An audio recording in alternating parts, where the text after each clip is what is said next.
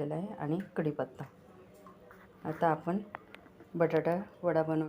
लाल होऊ नये हा आपला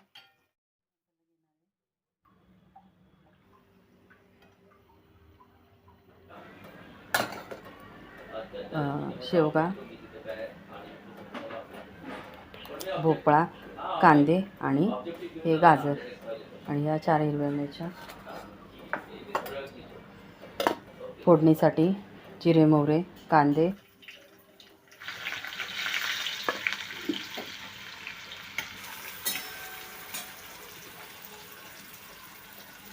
पण यात हळद घालणार आहे. त्यानंतर हा लाल मिरची पावडर, धने पावडर आणि हा सांबार मसाला आहे.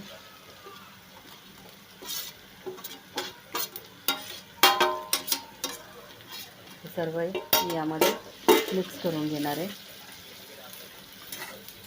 मिक्स झाल्यानंतर हे जे व्हेजिटेबल्स आहेत त्या मी याच्यामध्ये घालणार आहे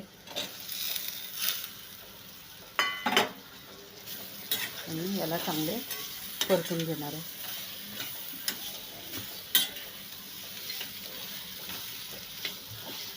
गॅसची फ्लेम बारीक करते.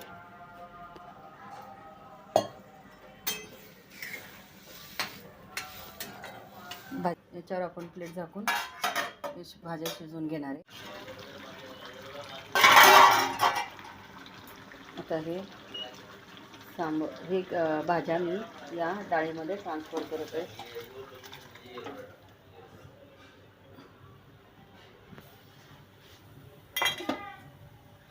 हॉटेल सारखे सांबार झालेले. तर सांबार मसाला टाकणार आहे. याने छान चव येते.